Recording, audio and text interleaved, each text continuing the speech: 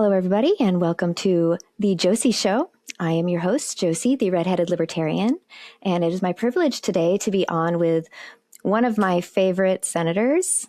Well, probably my favorite senator, Senator Rand Paul. Welcome, Rand Paul. Well, I'm glad to be on your show. I don't think I've ever been on the Redheaded Libertarian show. It's a big deal. No, you haven't, and I've been following your work for years, so this is really just a privilege to get to talk to you. So thank you for finally sitting face-to-face with me down. Glad to do it. So let's jump right into this. Last week, Anthony Fauci appeared before your committee under subpoena where he invoked the Fifth Amendment over 100 times. And we both know that pleading the Fifth when you have a pardon has been unconstitutional since 1896. So it was pretty interesting that he did that. Fauci refused to answer essentially every single major question about the diary, the funding, the record deletions, the origins of the virus. And tomorrow your committee is voting whether or not to hold him in contempt. Before we get into the broader picture, what do you believe to be the result of that vote? I think we're going to win. I think it'll unfortunately be along party lines. I think the Democrats feel that defending government experts is more important than the truth, frankly. And so I think it'll be along party lines. A vote of contempt is a recommendation. So we'll send that recommendation to the Department of Justice and they can decide whether to go before a court. If a court holds you in contempt, you could go to jail or you could be forced to testify. And you might be given that choice. And we would take a testimony. Well, we want him to come before us and tell the truth. So people have said, why don't I just offer him immunity? Well, the only thing keeping him from lying to me is that he doesn't have immunity to lie. And so I can't see giving someone immunity when all he needs to do is tell the truth. We cannot convict him for anything that happened from 2014 to January 2025.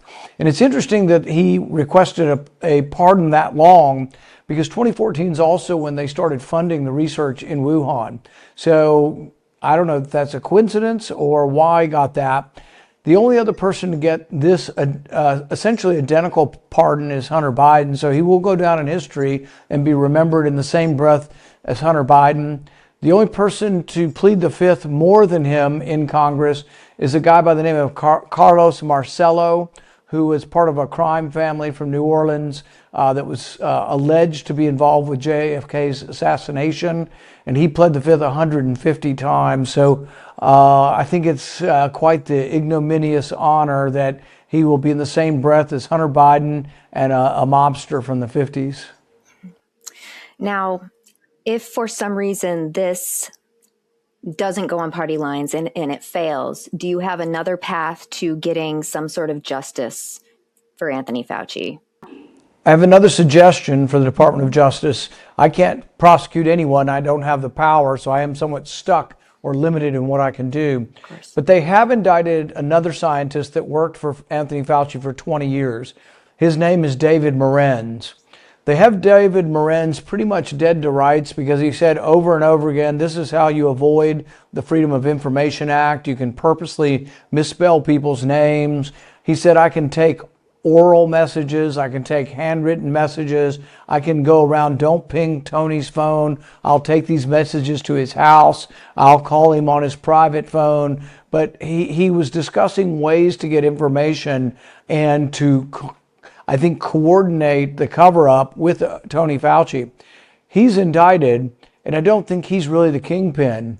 So if I were in the DOJ, I think I would consider a plea bargain such that maybe he doesn't face jail time for all of his misdeeds and crimes if he's willing to tell the truth about Anthony Fauci and the things Anthony Fauci asked him to do, which I think a lot of us believe were illegal.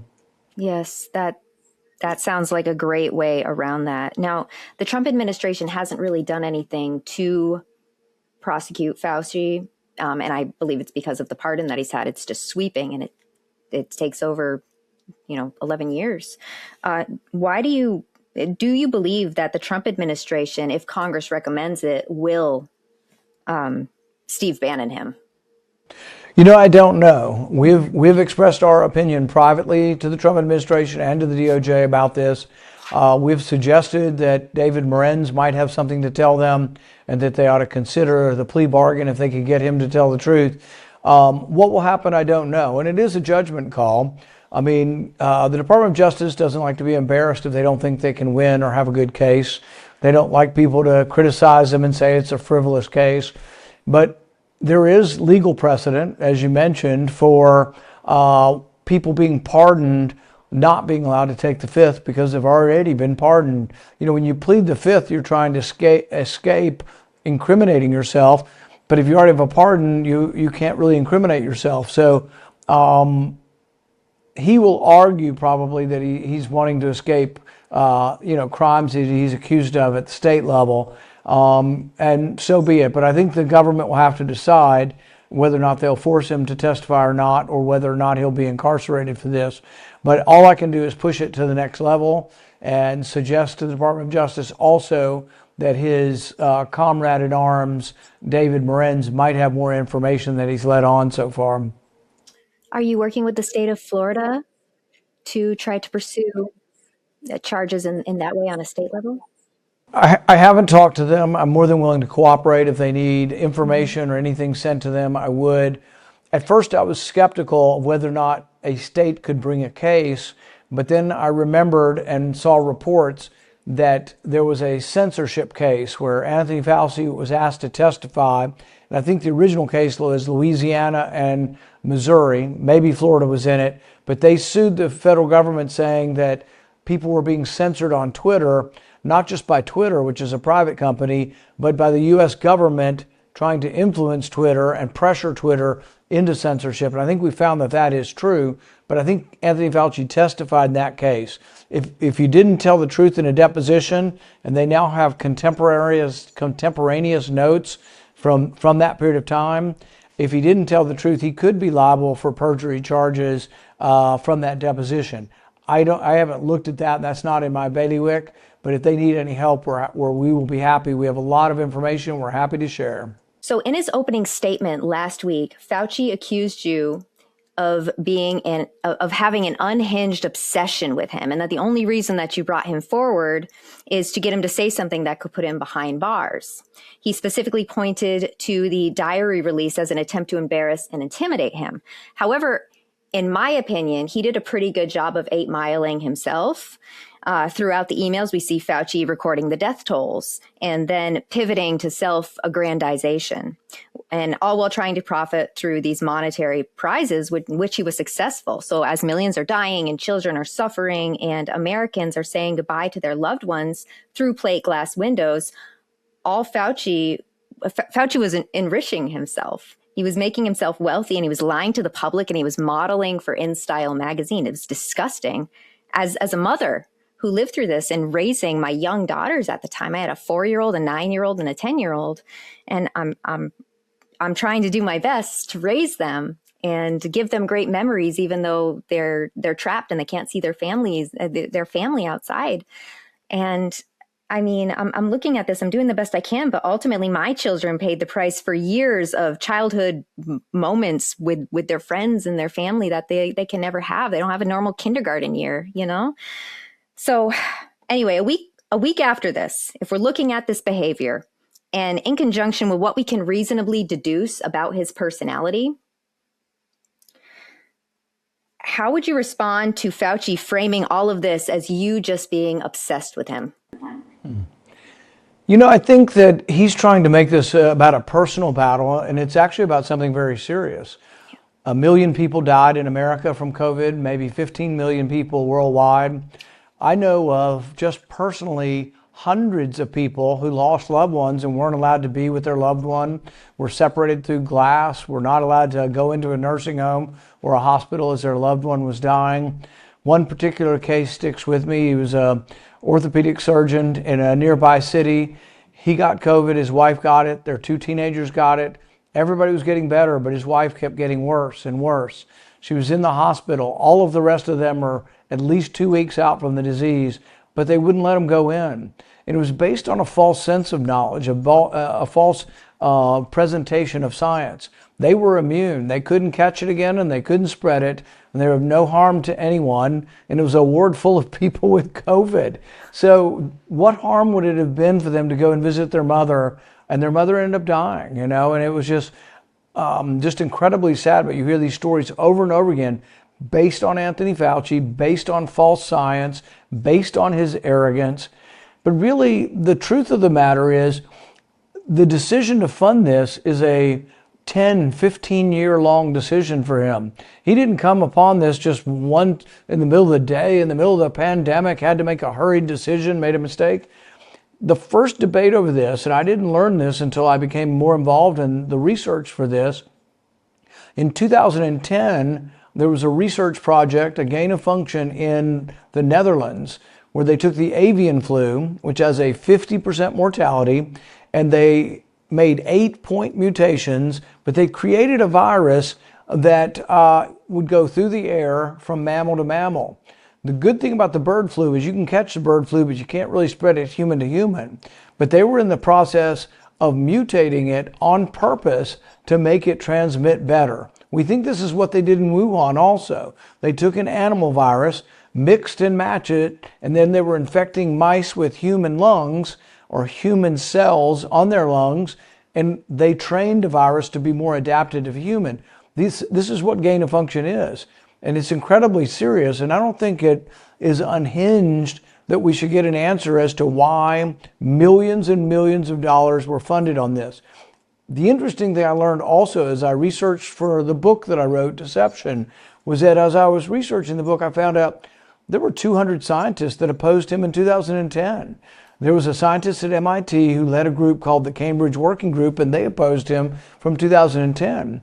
There's a famous scientist, David Relman from Stanford, who wrote at the time, this research should not have occurred and it should not have been published. Because when it was published, it became a public roadmap for any crazy person from a rogue nation or a rogue cult to develop biological weapons. So I don't know. I don't think that sounds unhinged. I try to be calm and rational and go after the truth. But you have to be dogged in pursuit of the truth, particularly when people won't tell you the truth. Now, why do you think he lied about that? And was that one of the questions that you asked him to clarify? Was gain of function when he pled the fifth again? Was that one of the many, many pleading the fifths when you asked him if he did participate in gain of function? Even before he pled the fifth, he was answering those questions in Congress. I would ask him, did he fund it? Mm-hmm. And he would say he's never funded it in Wuhan. But the truth of the matter is he knew they were doing gain of function research. From his diaries, we're very much aware that he knew in January that they were doing it. He also knew in January that the first infected people didn't come from the wet market. They had no association with the wet market, and yet publicly he kept saying over and over it came from the wet market, and the wet market's the cause, and all we have to do is shut down, they have to quit eating these exotic animals, this is where it came from. Mm-hmm. But the mainstream media never asked, did he have a conflict of interest? Did he have a reason to want to argue it came from the nature versus the lab? Well, of course he did. He funded the lab, so if it came from the lab, he had culpability, he had responsibility. If it came from nature, it was just an accident and nobody's fault. And so I think in this case, he's never been a trusted observer. Now he won't answer the questions at all. But I think we have enough proof from his private musings and writings that he did know that gain of function research was going on there. He did know he was engaging in something dangerous.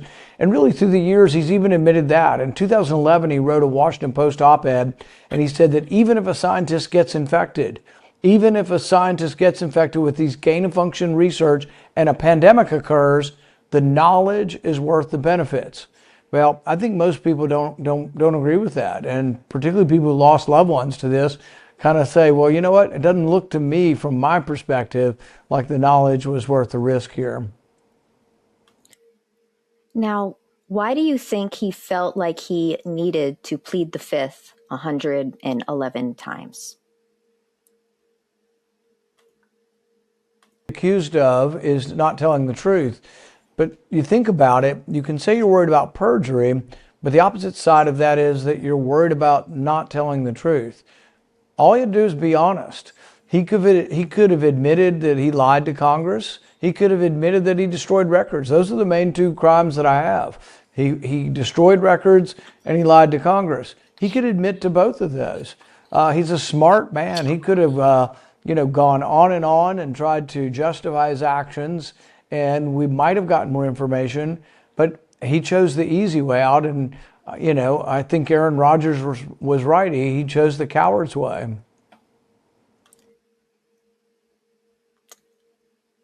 Now, you kicked out one of his lawyers. Why was that the right decision, and what message did it send? As that erupted, I had no idea that it was the way it would turn out. He had asked before the hearing, can I sit at the table with him? And I said, that's not acceptable. In the Senate, only the witness is recognized, only the witness speaks, and only the witness is at the table. You can sit immediately behind him and he can turn around and whisper with his lawyers. That happens all the time.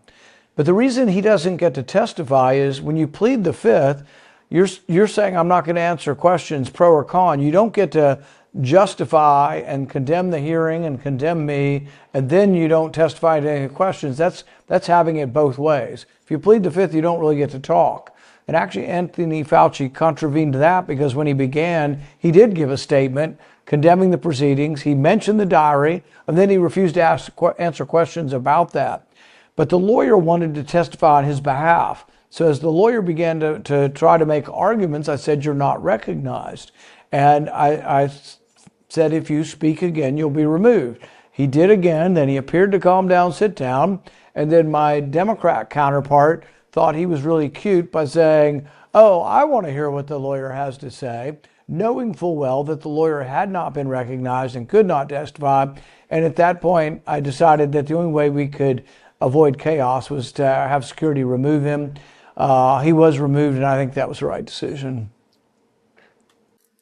So let's talk about a few of these documents. So you went into the hearing after releasing 1,000 pages of Fauci's own words.